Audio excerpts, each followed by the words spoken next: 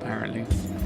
The caravan stops to rest their feet and eat. The only good thing about this beacon we're walking around in is there's no reason to hide a campfire, says Krumra, chomping on some burnt meat.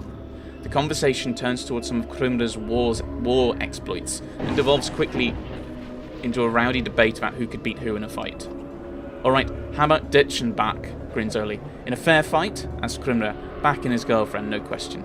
Ditch pouts and crosses his arms as everyone else laughs. But I put my gold on Volker above almost any of you spindly milkmaids, he smiles. Now in a fight against a Varl, none of you have a chance. The ravens laugh. Well, who could hope to stand against the unkillable Krumra? Quips Spar. He's going to die now you've said that, isn't he? Nobody yet, but I hope someday to face down a Sundra, says Krumra. Spar grins. What about a Sundra Slayer? There's a long silence. What do you think, Sundra Slayer? Krumra asks, putting you on the spot. Think you could take me? I wouldn't even need both arms. I think this debate's pointless. Yeah. The only one of you that concerns me is Bolverk. Silence again, aside from the crackling campfire. Way to kill the mood, Volker says. You know what I think? You need to get moving. The others grumble and roll their eyes, but soon you're back on the road. Yeah. Kind of did want to put a stop to that, because I'm grumpy. I mean, come on, we've got 2 dredge in our party. Why are we... Yeah. Why we keep bringing this up? Brambles rise ahead of you like gnarled hands reaching towards the sky, their fingers peppered with thorns. This was once a healthy forest. Now just another obstacle. Bolverk knew we'd have little choice but to pass through here, Ivan says. Going around would cost days. Take a rest. Keep a tight formation, cutting down attackers. Take a rest. What does your gut say, Volker? Her tired head shake is telling. They'll use the trees so we can't tell numbers or direction. They're not worried about losses once they start coming. I don't expect them to stop. Standing our ground is a sure way to be overrun, but we should go now before they've really dug in. She pauses a moment before adding, this is gonna suck. Yeah. We don't really need to rest at the moment. Shields! Volker calls in a tone you're starting to become familiar with. The ravens do their best, but progress is slow. Each fallen creature is replaced by 2 more. Eventually you find yourself stopped and surrounded. Cut a swathe, Volker huffs, before we can push any further. Watch the flanks. Another battle, it seems. Krumra is now injured. Really? How is that not... How have these guys not... Oh.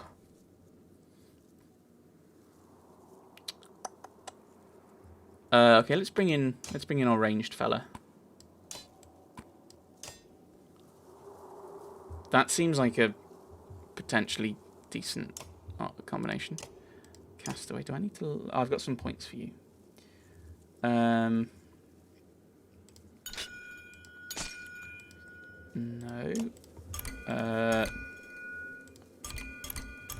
Go with Lucky Shot.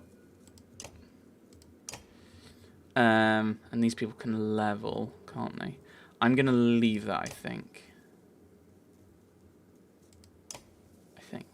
No, I'm going to level up Oli.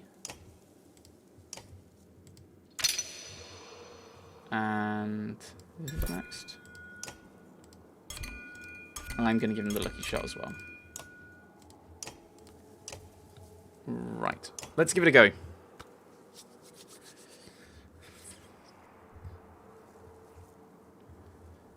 See what happens.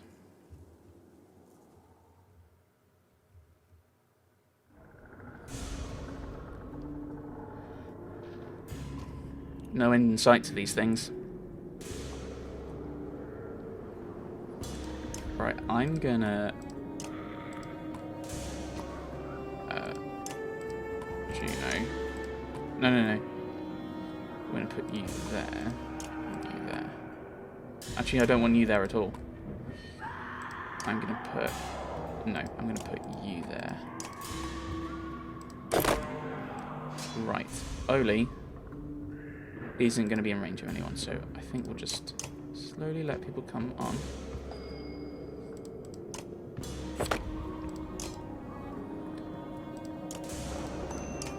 And he's almost dead. Someone else can probably finish him off quickly. Thank you. There we go. Apostate achievement. I'm gonna move him up there, so they've got so I've still got the shield. Apparently not. Apparently that's not how it works. I'm sure if he's got shield all though. Oh, I have no idea what's going on. No, so I need to move. So what ability have you got? Sunstrike, strength damage and no exertion for extra movement. Bomb is thrown exploding in 5-tile area immediately. Barbed stone. Stone egg hatches into a skulker if not destroyed. Oh, I wonder if that's what that that ability is then. So I'm going to put you there. I wonder if letting him take that is giving them the abilities. Well, that was unnecessary. I mean, it's fairly necessary to be fair. Fairly good for you, but that was mean.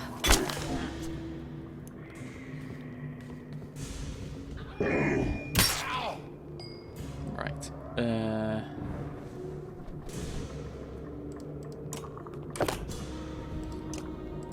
No, Axstom's a bit naff.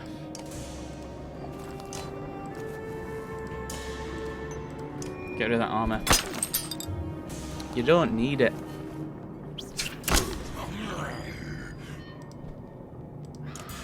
Again, shatter the armor, I think.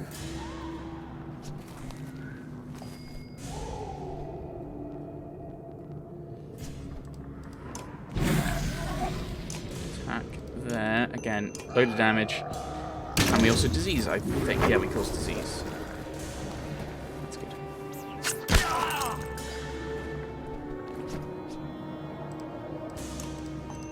Dead. Not dead. I keep forgetting they can absorb.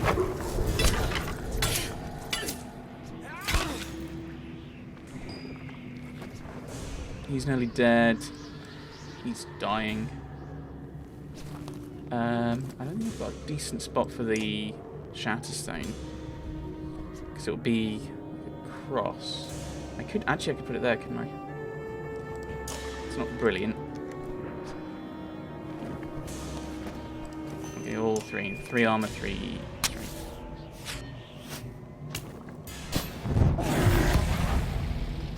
Right, he's dead.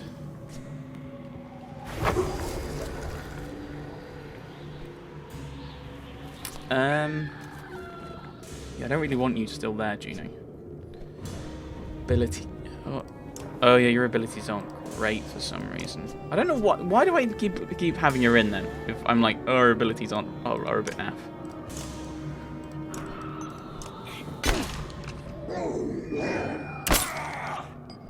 Okay. How much health have you got? You okay? I think I can kind of leave you for someone else. Oh, although that's... Wait, what? You've just gone. Who are you? Oh, no, that's you. Never mind. You've just gone.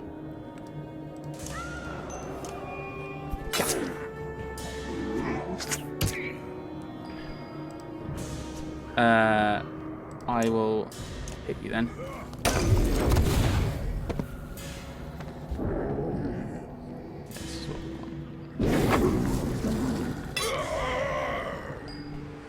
He's alive! Well, they're diseased. He's diseased now.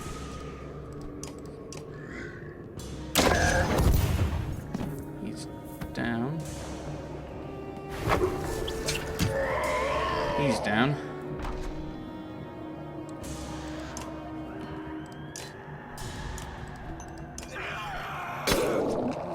Try and get through some armor. Yeah, so they're now all... Oh, they're all diseased. Okay, all of them are diseased. That's good. That's going to make things slightly easier. I think I'm going to shoot him, and he's down. He's not down, because they absorb some damage. Sometimes. Poke him. He's now dead. Although I probably could have moved Juno out of that range. Seems a bit silly to have done that, but alright. Get rid of the 5 armor, and that probably opens you up to a lot more damage. You can do. Like that. Are you dead? I think dead. Dead. Okay, doesn't heal.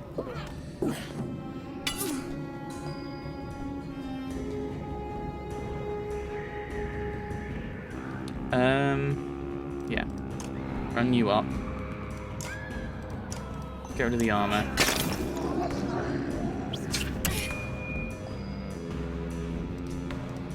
And Slinger v Slinger. My Slinger wins.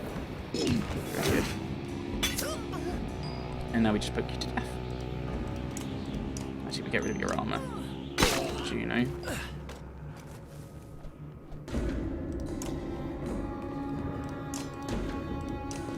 Keep getting rid of armor. Put you there then. I did not go through anything.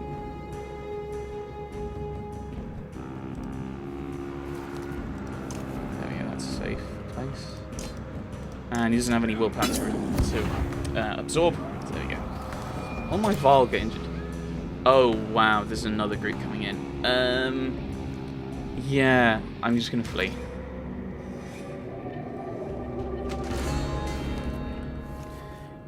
Yeah, I don't see the point of these, because it doesn't seem to actually have an impact.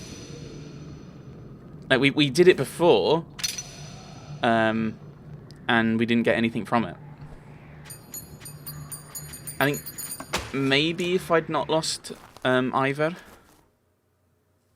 and I had my full complement, I might have been more tempted. Fighting through a forest is irksome at the best of times, nearly intolerable in these conditions.